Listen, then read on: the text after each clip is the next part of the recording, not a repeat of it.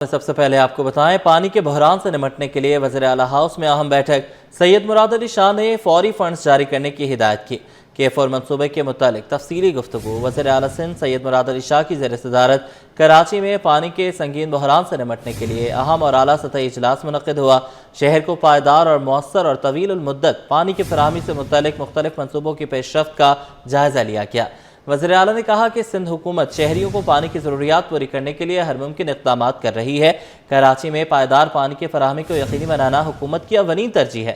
وزیر اعلیٰ سندھ کو بریفنگ میں بتایا گیا کہ K4 گریٹر کراچی بلک واٹر سپلائی پروجیکٹ کے ذریعے شہر کو روزانہ 260 ملین گیلن پانی فراہمی کا ہدف مقرر کیا گیا ہے۔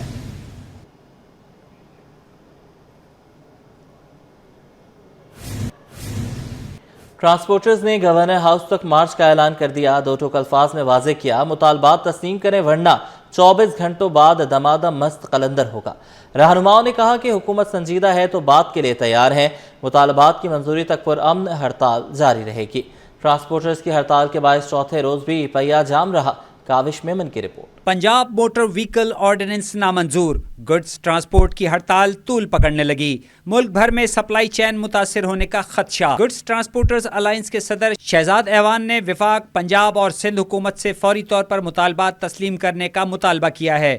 کہا اگر 24 گھنٹوں میں مطالبات پورے نہ کیے گئے تو گڈز ٹرانسپورٹرز گورنر ہاؤس تک مارچ کریں گے۔ کہ ٹرانسپورٹرز جو ہیں پاکستان کے بہت بڑے اسٹیک ہولڈر ہیں اور اس ملک کی معیشت میں جو ہے ریڑھ کی ہڈی کی حیثیت رکھتے ہیں، ان کے ساتھ یہ ظلم کیوں ہو رہا ہے؟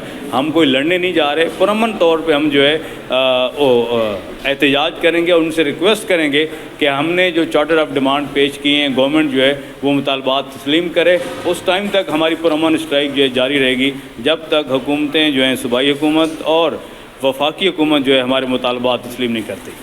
ٹرانسپورٹ آف گڈز ایسوسی ایشن کے صدر طارق گجر کے مطابق ہڑتال کے باعث بندرگاہوں پر کام معطل ہو گیا ہے۔ حکومت فوری سنجیدگی کا مظاہرہ کرے ورنہ معاشی سرگرمیاں مزید متاثر ہوں گی۔ اگر کراچی پورٹ اور قاسم پورٹ ایک دن بند ہوتا ہے تو اربوں روپے کا نقصان ہوتا ہے۔ اس وقت 2 جہاز جو ہے وہ کراچی پورٹ KGTL پہ لگ چکے ہیں، اس وقت 2 جہاز جو ہے وہ قاسم پورٹ میں لگ چکے ہیں اور پورٹوں کے اوپر مکمل سروس اس وقت معطل ہو چکی ہے۔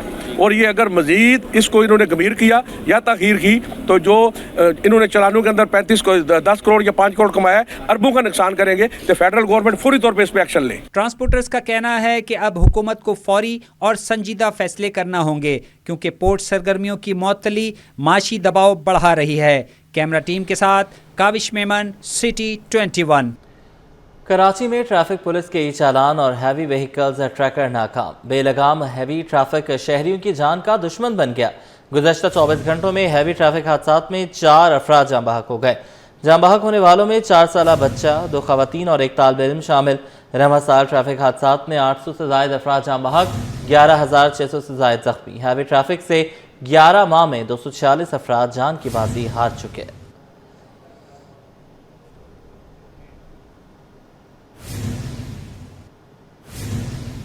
کراچی کے مختلف علاقوں میں رواں سال اب تک ہیوی ٹریفک کی ٹکر سے 245 افراد جاں بحق ہو چکے ہیں۔ 11 ماہ 10 دن کے دوران حادثات میں جاں بحق ہونے والوں کا ڈیٹا سٹی 21 نے حاصل کر لیا۔ 1 سال کے دوران مختلف علاقوں میں ہیوی ٹریفک کا خونی کھیل جاری۔ 1 سال کے دوران 245 افراد ہیوی ٹریفک کی زد میں آ کر لقمہ اجل بن گئے۔ حادثات میں جاں بحق ہونے والوں کا ڈیٹا سٹی 21 نے حاصل کر لیا۔ 11 ماہ 10 دن کے دوران کراچی میں ڈمپرز کی ٹکر سے 43 افراد جاں بحق ہو چکے۔ ٹرالرز کی ٹکر سے 93 افراد جاں بحق ہوئے۔ واٹر ٹینکرز کی ٹکر سے 57 افراد جاں بحق ہوئے۔ مزدے کی ٹکر سے 20 افراد جان سے چلے گئے۔ بس کی ٹکر سے 32 افراد جاں بحق ہو چکے۔ مجموعی طور پر جاں بحق ہونے والوں کی تعداد 245 ہو گئی۔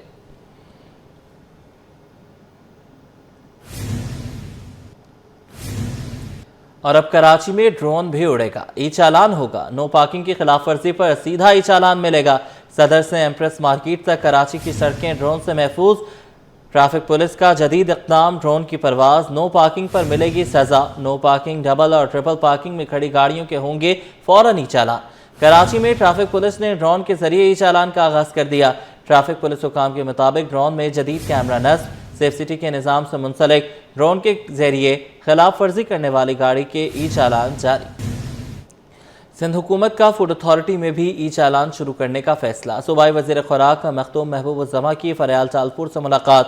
ملاقات میں فوڈ اتھارٹی کی ڈیجیٹلائزیشن کے حوالے سے تفصیلی بریفنگ۔ بولے on line registration, complaint management, digital challan system متعارف کرایا جائے گا، عوام کو بہتر اور شفاف سہولیات فراہم کی جائیں گی۔ سندھ حکومت کا فوڈ اتھارٹی میں بھی چالان شروع کرنے کا فیصلہ۔ صوبائی وزیر خوراک مختوم محبوب الزماں کی فریال چالپور سے ملاقات میں فوڈ اتھارٹی کی ڈیجیٹلائزیشن کے حوالے سے تفصیلی بریفنگ دی گئی۔ اور ماچس جلی، دھماکہ ہوا، پورا گھر تباہ ہو گیا۔ لائنز ایریا میں گیس کے زوردار دھماکے سے برباد ہو گیا۔ حادثے میں 6 افراد زخمیوں میں 3 بچیاں، 2 بچے اور 1 خاتون شامل۔ خاتون نے رات کو گیس کھلی چھوڑ دی، صبح ہوئی تو خوفناک تباہی، دروازہ ٹوٹ گیا، کپڑے جل گئے، پورا گھر متاثر ہوا۔ ابتدائی معلومات کے مطابق دھماکہ گھر میں گیس کے اخراج سے ہوا۔ کرائم سین یونٹ جائے وقوع سے شواہد اکٹھے کرنے میں مصروف ہے۔